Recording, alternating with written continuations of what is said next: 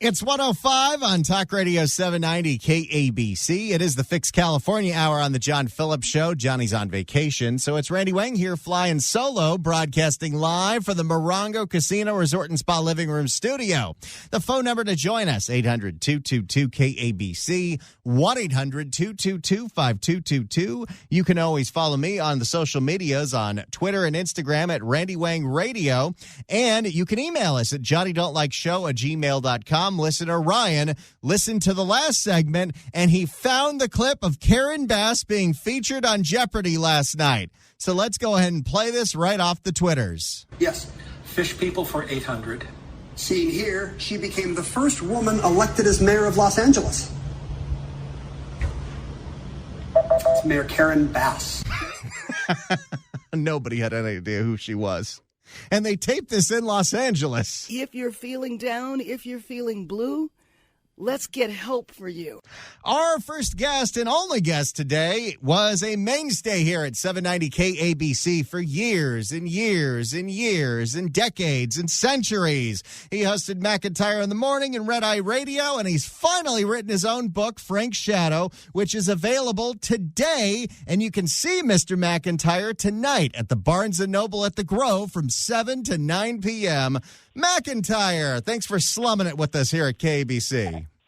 And thanks for having me, Randy Wang. And I noticed John Phillips booked yet another vacation just to get out of doing this interview. That's pretty much the exact reason he booked another cruise. Yet another cruise. I think so. And I'm so excited that you're going to be there tonight, Randy. Yes, you've really roped me into this thing. That's right. I am actually going to show up at the Grove tonight. I am going to do something I never do on a weekday, which is leave the house. And I'm going to go see Doug. And another thing that clearly you've never done in your life, you're going into a bookstore. Never happened before, and it'll never happen after this. That's how much I care about you, that I'm willing to go into a bookstore. There's nothing for me in there, but I'm excited to see you because you finally did it. You wrote this book. It only took 25 years, literally 25 years. I started this book 25 years ago in 1998. And then, for a lot of years, it sat there without me doing much of anything on it because I wrote myself into a dead end and I didn't know how to solve the problem. But I used to take the manuscript, such as it was, on the plane with me whenever I'd go someplace. I think this book has about 1 million air miles on it. And then when I left KBC in 2018, in December 2018, I started working on it full time on January 4th, 2019. And a quick 4.5 years later, here it is. So 25 years altogether, and finally today is publication day. So it's in stores. It's at Amazon.com, BarnesandNoble.com, and in a bunch of great bookstores, including the big Barnes & Noble at the Grove tonight from 7 to 9. That's right. I'll be there. Mcintyre will be there. It's really exciting because I remember you telling me one of the reasons that you decided to leave here was you thought you'd never finish this book unless you had the time to do it. Well, that's true. It's a full-time job doing long-form writing, and that was really impossible for me to do doing the morning show. And I also figured, I should probably get out of radio before radio gets out of me. Doors have a way of hitting one in the posterior. So it seemed like the right time to leave. And fortunately, I was leaving with real enthusiasm to jump into something else. And that was this book, which I always believed in the story. And if I may give a quick tease of what the story is, in 1998, the day that Frank Sinatra died, I had a friend of mine whose dad died the exact same day, and he was approximately the same age. And it occurred to me that while one death is satellite news ricocheting around the world, and the other guy's at the back of the paper by the mattress ads and the racing results, and you had to pay to get him there, that there was a story about the way we value lives, celebrity versus the people we actually live with. So I conceived the story of Danny McKenna, a 40-year-old sort of dissipated history professor, going really nowhere. And he goes home to bury his dad, and he realizes he knows everything about Frank Sinatra, but essentially nothing of substance about his own dad, this Irish immigrant, greatest generation World War II vet. So he tries to discover who his dad really was, and in the process confronts his own demons before he uncovers a big family secret. And that secret is what held me up for about 20 of the 25 years, because I couldn't come up with anything that worked. It was either awful or stolen or both. So eventually the light bulb went off, and then I could really jump in with both feet. Well, and it's so great that you've got this book coming out right now because as of this week, you and your lovely wife, Penny Pizer, are both on strike. That's right. I got splinters from holding picket signs. In fact, Penny's out there right now with our youngest, who's a casting associate. They're out at the Mouse right now. And I've been out to a bunch of WGA events. And once this book thing is over, I will be manning my parapet on the old strike lines. And this strike is really, I think that this strike is an enormously important cultural event, not just obviously for the town, which is so entertainment dependent, but I think it's representative of a problem across the entire, not just American spectrum, but increasingly globally, the way economies are based. That, you know, in Hollywood, if you work in the entertainment business, it was kind of always a gig economy, a gig existence, with the exception of big stars. For the most part, people had to have a side hustle in order to pay the bills. But now, increasingly, this is becoming the way of the world. I remember a couple of years ago, I was in Lansing, Michigan, and the Uber driver that picked me up at the airport was a 52-year-old accountant, but he was hustling extra bucks driving for Uber. And I think that you see a lot of this now where in order to survive, not in a glamorous lifestyle, but just to make ends meet, people have to have multiple revenue streams, and that's a huge change. So everybody's becoming like they work in the entertainment industry. Well, and specifically in the entertainment industry, the entire nature has completely changed where you're lucky if you get cast on a hit show. But a hit show used to be you'd have 22 weeks of work. You'd be set for the year. Now you're lucky if you get 6 or 8, and then it's off to find the next show that maybe you'll get in. Well, that's exactly right. And in we call this the writers and the actors strike, but it really should be called the AMPTP strike because they've been planning for this for a very long time. About a year ago, you started to see a host of series get canceled. And even streaming series, the orders got cut from if they were going to do 8 episodes, they do 6. If they were going to do 12, they do 8. And this was by design so that there were fewer writers working and fewer actors working, so that by the time the strike actually happened, people were already feeling the financial pinch because there was so much less work. So that was a tactic on the part of the AMPTP. I don't know that they actually thought that the actors would walk as well, and with great enthusiasm and commitment, by the way. A 98% strike vote is incredible. And this is the first time since Ronald Reagan was the president of SAG that the actors and writers are out together. But, you know, we've got a fundamental disconnect in the way big companies are run, industries are run, and that is that the CEOs and CFOs and the board members of these giant corporations are rewarded on stock price. And one of the ways that you can spike stock price is to fire a bunch of people. Wall Street loves it when people get fired, unless it's them. But as a result, you can see CEOs that make short-term decisions that inflate the stock price temporarily. They get enormous bonuses based on that spike in the stock price, but the damage that's done to the actual core industry is enormous. And the other issue is the changing nature of the companies that own entertainment entities. You know, Paramount Pictures was founded by Adolf Zucker, who died at 103 years of age, and he was still running, Paramount Pictures. It got sold to Gulf and Western. Now it's been sold 100 times. And what happens is when you've got Amazon and you've got Apple and you've got these giant, NBC Universal, it's a giant conglomerate. The Disney company has cruise ships and it's got hotels and, resorts. So as a result, the movie studios and the networks are just one piece of the portfolio and not necessarily the core business. I mean, Amazon sells my book, for crying out loud, so they're not in the entertainment business. Well, and it's so interesting because you have the studios claiming poverty, claiming that there's a smaller piece of the pie for everybody. But at the same time, over the last 3 years, what did we see? Disney got so big, they bought Fox. Discovery got so big, they bought Warner Brothers. These companies are so huge, they're devouring each other. Yeah, and the thing is, the technological changes that are coming, the AI issue in particular, may be inevitable because the reality is that we never ban a technology if it has a utilitarian purpose. I mean, we still have atomic bombs. We still have leaf blowers, right? And it's only people who don't work their own lawn are in favor of banning leaf blowers because it's a great tool. It makes the job easier, and that's why they're out there. So the AI component of all this may be, in the long run, inevitable, but it doesn't mean we shouldn't be discussing what the ramifications are. I mean, if an actor is going to have their body 5G scanned and then used in perpetuity, as Tom Hanks has already said, and rightly so, I mean, he expects that he'll be starring in movies long after he's dead. So I mean, these are real issues. And look, this is not the first industry that has had technology come along and sweep long-time careers out the door. I mean, technology can eliminate entire professions, and it has many times in the past done so. But we don't have to just plunge into it without having a conversation about what does it mean for humanity.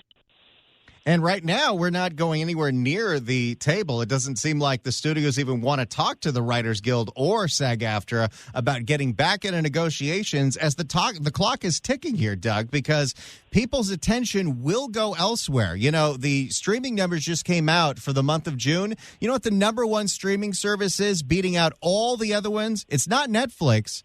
It's YouTube. It's people watching content created by people who are making no money.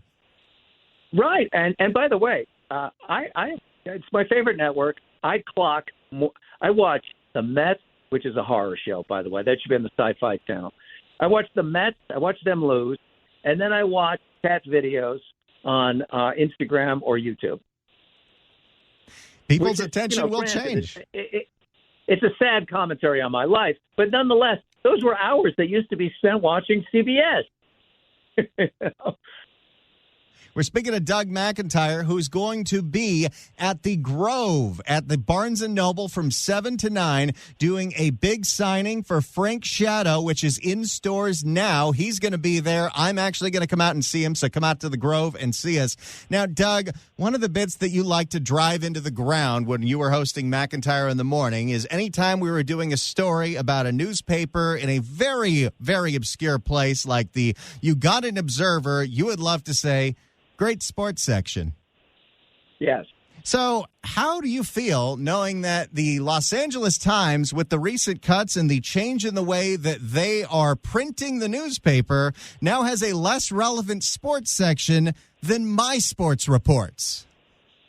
Well, which is saying something, by the way. I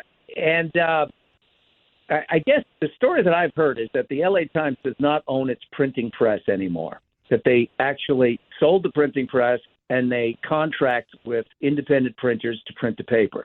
And as a result, the deadline is 3 p.m. So they can't cover any breaking news, and certainly all the ball scores for the most part, Dodgers, Angels, Lakers, Clippers when the season starts, et cetera, et cetera. They can't put the box scores, and they can't have the standings and all those things. So that's strike one. Strike two, and this is a demographic issue.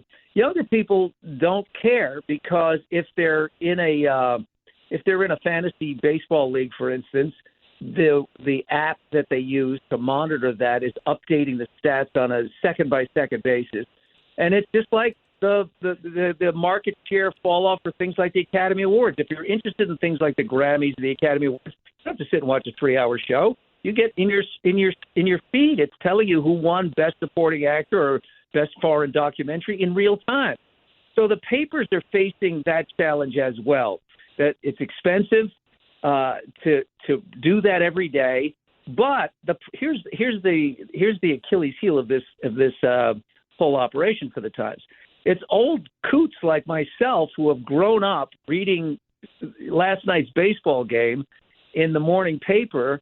And even if you watch the game, you like to read the recap and get some analysis. You like to see, well, how many hits did Mookie Betts have, et cetera, et cetera. And now all of a sudden, it's not there. It's one more reason not to get the paper. Well, I have seen so many people with all the other insane things that the LA Times has done, including still covering COVID for some reason and the commentaries that are completely out of left field. I've seen so many people that this issue is the reason they said, fine, I'm done. I'm stopping my subscription to the LA Times. times because now I can't even enjoy the sports section. I'd like to point out the Los Angeles Daily News, the Orange County Register, the Redland Daily Fact, the Long Beach Press-Telegram, the Pasadena Star, the entire Southern California News Group, the Daily Breeze, all have a sports section. Independent, separate sports section with box scores and recaps of last night's game. And Just they saying. have columns from Doug McIntyre and John Phillips. Well, don't hold that against them. Now, Doug, another thing that you love to talk about when you used to host the morning show here was the images of Norman Rockwell's America. And I saw one today that absolutely is a description of where we are as a society. I'm going to play you a short clip from a news report up in San Francisco about what is being done to the Walgreens now. It's hard to find a Walgreens store in San Francisco that doesn't have most of its merchandise behind plexiglass. But just take a look at this. One is going a step further and actually putting up chains in front of its freezers. This is how it looks inside the store on Geary Boulevard and 16th Avenue in the Richmond district.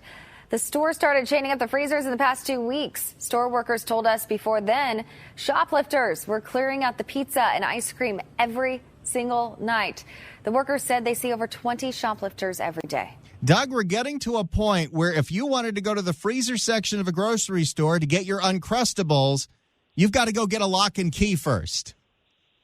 Well, yeah, we're covering them like cold medicine where people can bake it into meth or whatever they make out of it. Whatever you're making out of it. This has been going on for a very long time. That and maybe COVID made it worse, but the bottom line is that we're losing control of our cities. This is like New York City in the late '60s, early '70s, when it was just when the famous New Yorker cartoon, there was a mother and a child at an outdoor cafe. And the mother says to the child, "Eat your soup, Johnny, before it gets dirty." It was the Blade Runner, and we're really close to crossing the line when there will be the inevitable blowback. We don't usually pay that much attention to what's going on in foreign capitals, but a couple of months ago there was a shooting in France where a 17-year-old kid was killed by the cops, and this became their George Floyd incident. And the French, by the millions, went to the streets and have been rioting, and really rioting. I mean, storming mayors' homes, torching cop cars, burning businesses, night after night after night. And everybody was kind of wringing their hands the way America has been wringing their hands over these issues, saying, well, how do we reconcile this? We don't want to double down on racism, and we understand there's inequities. But then guess what happened? It finally got to the point where they couldn't take it anymore. And basically, they've told the Macron government, I don't care what you got to do, but you got to stop this. And now the troops are on the streets. And that's what will happen. It'll happen in San Francisco. It'll happen in Los Angeles. Even here, it will happen because people can't live like this. You can't run a business and have a tax base, and you can't have a neighborhood that is under attack by zombified thieves. In some cases, they're drug-addled. In other cases, they just realize there's no penalty because of the George Gascons of the world. There's no penalty. So as a result, eventually there will be a corrective action. It just depends on how long it takes and how much damage gets done before it happens.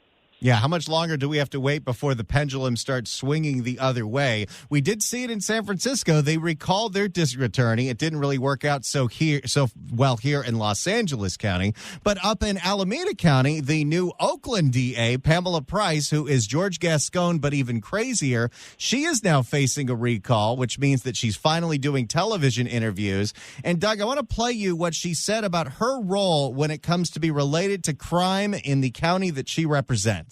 So we've learned from other district attorneys and other studies around the country, the DA's role has really no impact on crime. To create a safe community, we need to invest in alternatives to incarceration. We need to invest in programs for young people. People need jobs. So, Doug, the district attorney of Alameda County says the DA has no role in crime. How do you feel about that? Well, it's so absurd on the face of it that it doesn't even require. I know that you actually know the answer to this, Aunt Randy. It's absurd. It's totally absurd. And, it's doubling down on all the policies that got us here. And I love the ending with kids need jobs. Well, yes, kids do need jobs, but stores have to be able to stay in business to provide those jobs.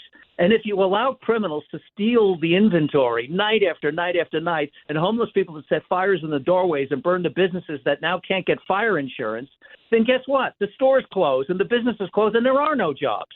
So it's just so axiomatic that these imbeciles who are some kind of ideologue, and you know what worries me about it? Because the left-wing loons that are running these DA offices that don't believe in punishment will eventually produce right-wing ideologues that will flush the Bill of Rights down the toilet.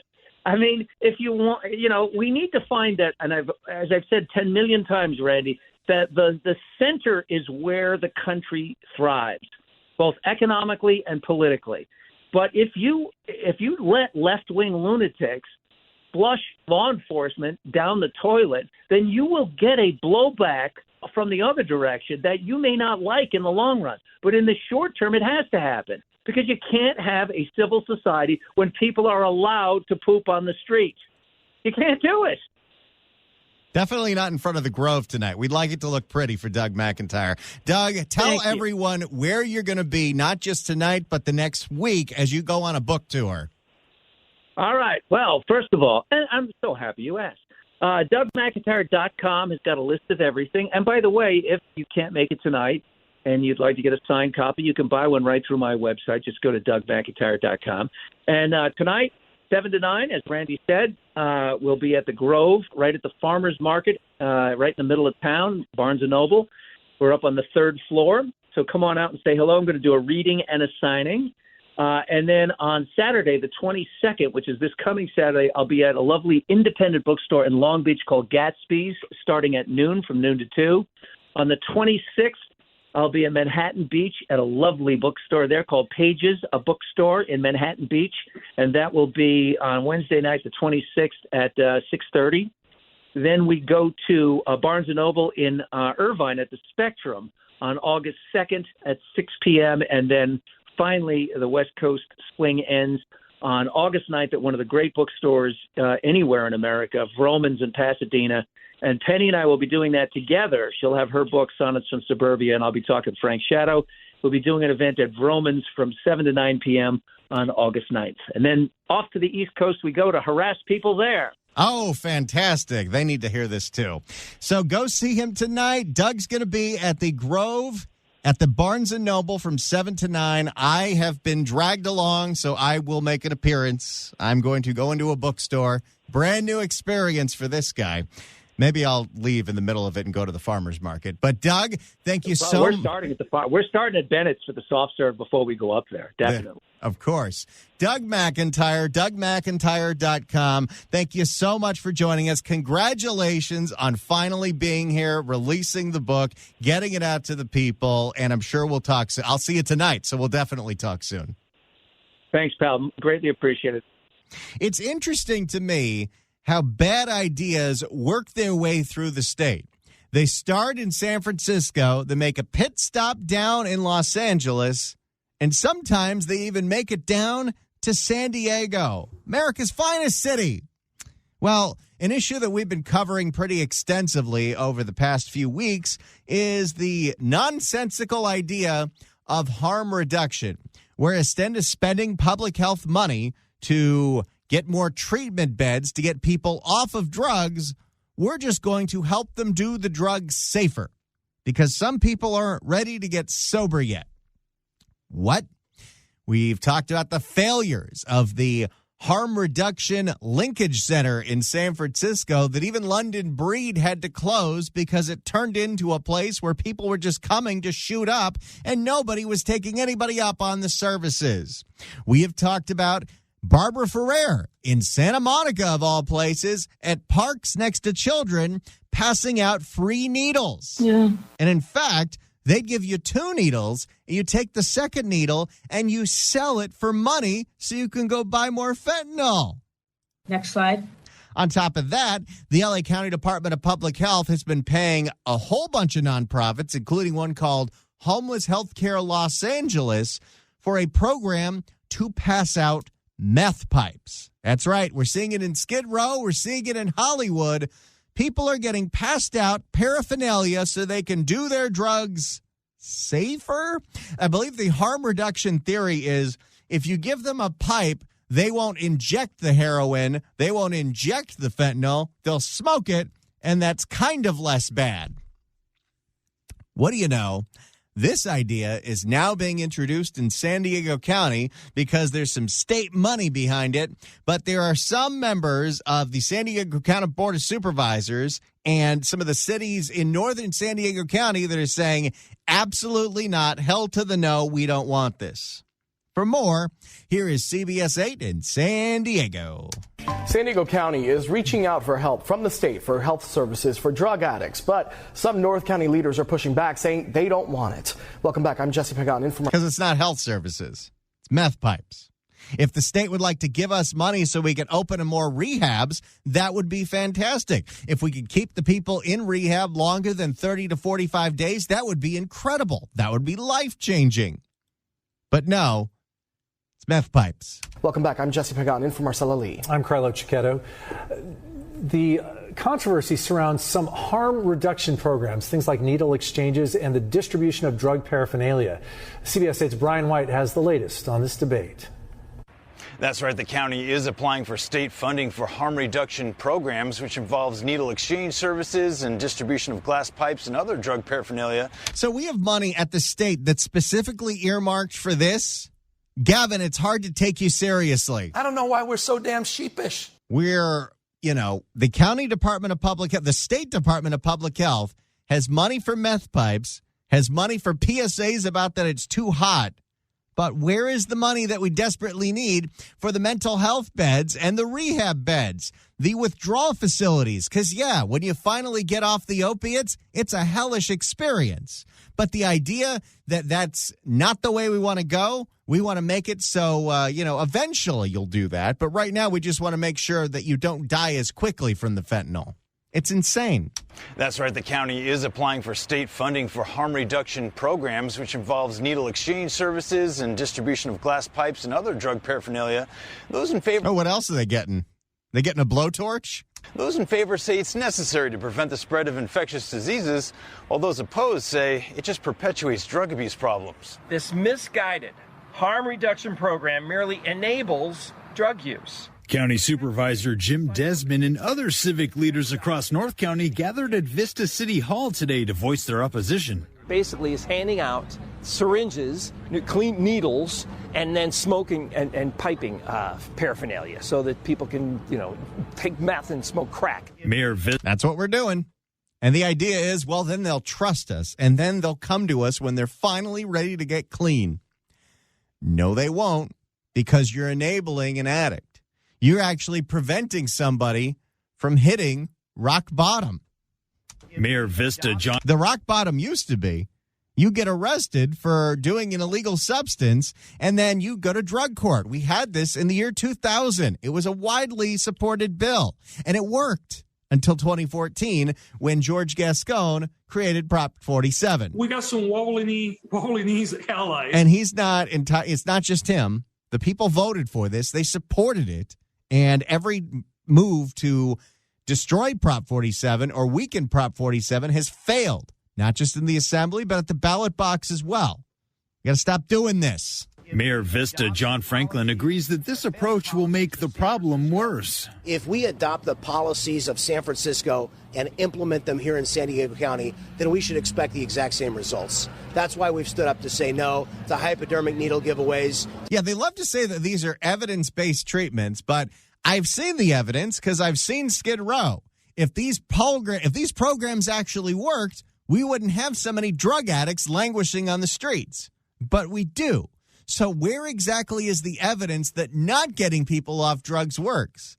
Yes, rehab is difficult.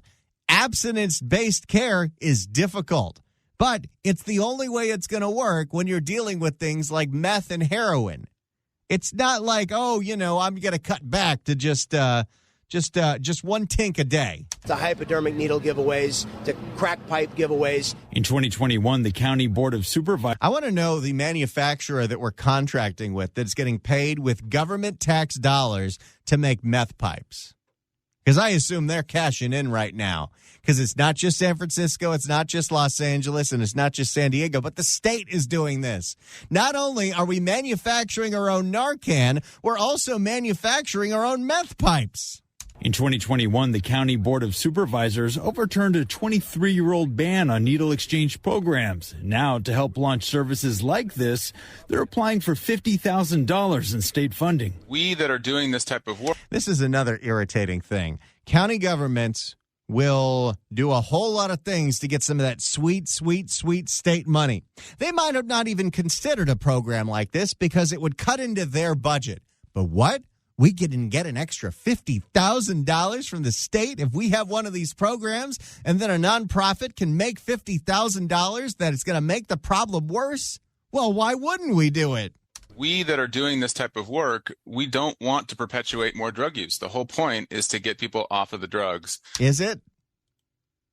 Because if you wanted to get people off the drugs, you wouldn't be giving them things that help them do the drugs. We that are doing this type of work, we don't want to perpetuate more drug use. The whole point is to get people off of the drugs. Now, there are actual harm reduction things that do work, and they're a little more common sense. Dr. Drew has come on the show and talked about them. You know, we're talking about Suboxone or the medical assisted treatment where, okay, we know it's very, very, very difficult to get off of heroin, to get off of fentanyl. So we're going to put you on this replacement that will satisfy the pain and the withdrawal, doesn't get you high. We can wean you to a little part of it, and then we get you off the drug entirely.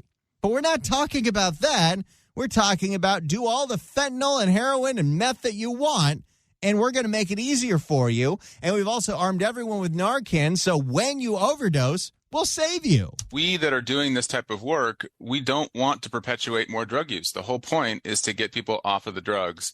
But if you just have kind of an abstinence-only approach, it just does not work. Doctor, where's the proof that it doesn't work? We did this topic about a month ago, and we took calls for an entire hour of plenty of former addicts who will tell you, yes, it absolutely works. There are success stories every single day. And it's not just with hard narcotics, it's also with drinking, it's also with gambling. It can be done. Doctor, this idea that you can't force somebody to get off something that's going to kill you? Come on. Dr. Chris, I'll tell you right now, I've lost 45 pounds this year because of an abstinence-only approach to Jack in the Box. I have tried harm reduction with Jack in the Box. I have tried only ordering $10 worth of food instead of $15. And what do you know? I was still 290 freaking pounds. Dr. Christian Ramers is Chief of Population Health for Family Health Centers of San Diego, which has its own. Every one of these nonprofits, they sound like they're a healthcare operation, and they're just passing out meth pipes. The one up here in L.A. County is called Homeless Healthcare Los Angeles, and they get hundreds of thousands of dollars from the fake doctor to pass out paraphernalia. And you're wondering why there's not enough money for treatment beds. Which has its own needle exchange program operating 3 days a week, servicing an average of 100 clients per session. If somebody is not ready to stop using drugs at that very moment, you should still try to help them and keep them alive. When are they ready? I don't need to have the drug addict tell me when they're ready. You're ready now because otherwise we're going to put you in prison and then you're going to be forced to get off it. That's how it used to work. That seems to make sense. And this is another issue. I do not understand where the partisanship lies on this. Isn't this just common sense? If somebody is not ready to stop using drugs at that very moment, you should still try to help them and keep them alive and really reduce the harm that they can do to themselves. And so that encompasses reducing their risk of infectious diseases like HIV, hepatitis B and C, and then skin infections, and also trying to reduce. But, still, we'll show you how to inject it the least painful way. And if you could use this pipe instead of a needle, that would be great. But we're going to give you the needle anyway. And what are the streets littered with? Needles. What are you always afraid of that your kid's going to walk on? A needle. And also trying to reduce the risk of them dying of an overdose. So it involves giving out Narcan, which can reverse overdoses. According to the medical examiner's office, the county saw a rapid increase of fentanyl deaths from 33 in 2016 to 807 deaths in 2021. We need to help people break that cycle of addiction. Sometimes you need to push someone into that. And I really think giving needles and paraphernalia is absolute wrong method of doing that. I'm Brian White for CBS 8. We're going to try to get San Diego County Supervisor Jim Desmond on the show because I'm glad there's some pushback against this. I am so irritated that not only are we funding these programs, but now the counties have an incentive to get state money to fund these programs because you're actually making the problem worse. John had Andy Bales on just a few weeks ago and said these policies are causing the people to get broken faster than he can fix them. Something's got to be done about this. It's absolute nonsense. And I think the average person doesn't even realize that this is what their tax dollars are going towards. The budget of these public health departments is not going towards public health. It's going towards meth pipes. If you want to email us, you can do so at johnnydon'tlikeshow@gmail.com. That's johnnydon'tlikeshow@gmail.com. Henry writes in relation to the Walgreens that's chaining up the freezer sections. We're going back to things how they were 100 years ago when you would go to the general store, give your list to the clerk, and he would retrieve the merchandise for you. And the problem is if we're going that way, then people will just buy all their crap on Amazon, and then we won't have any retail stores. Joe writes in at johnnydon'tlikeshow@gmail.com. Free crack meth pipes? The state should also be including alcoholics in this plan by providing them with corkscrews, bottle openers, swizzle sticks, and cocktail napkins. You know what? I think we should give a Boston shaker to every drunk in the audience because I prefer that to the other shaker. And finally, Dan writes in at johnnydon'tlikeshow@gmail.com. Randy, I can't take it anymore. Can you please tell me what George Gascon is trying to say when he says this? We got some wobbly knees allies. I need a translation. I have heard this about 10,000 times. We got some wobbly knees allies. And even though it sounds like he is saying Wallenese, and I don't know what that is, what he is trying to say through his Kermit voice is we've got some wobbly-kneesed allies. We got some wobbly knees allies. So there's that. 800-222-KABC is the phone number. You can always email us at johnnydon'tlikeshow@gmail.com. That's johnnydon'tlikeshow@gmail.com. Try to read some of those in the air. And you can follow me on the Instagrams and the Twitters at Randy Wang Radio. I got all my pictures of all the food and wine that I like to make and drink. So you can check that out. Of course, you can also download the podcast of this show, whether it's the shows we're doing this week, the shows we were doing last week when Johnny and I were together. You can go all the way back for 3 years. You want to pretend like we're still in the COVID times? No, thank you. Well, if you wanted to do that, go to KBC.com, click on podcasts, go to the Apple Podcast app, iHeart, Spotify, search for The John Phillips Show, hit subscribe, and you can download them all. You can listen to them at your leisure. And I'll tell you, it's fun to have old radio shows on your phone. I still have an entire archive of the years that I used to work with Tim Conway Jr. and Brian Whitman at KLSX, the FM talk station. And, 16, 17 years later, I listen to that stuff, and it's like, wow, I did not realize I was in the good old days when I was in them, and I will laugh my ass off. And you know what? 16, 17 years from now, you could have episodes of this show still on your phone. You'd be like, boy, those were the good old days when Johnny was going after the fake doctor and whatever the hell Cecily Myart Cruz was saying. And you'll laugh and laugh and laugh. So treat yourself and download a bunch of podcasts of this show. It's like a time capsule. I know everyone's telling you to download their podcasts. It's got to be so irritating. But, it's what the uppity-ups and the big suits look for. Hey, how many downloads you getting? So, help us look good.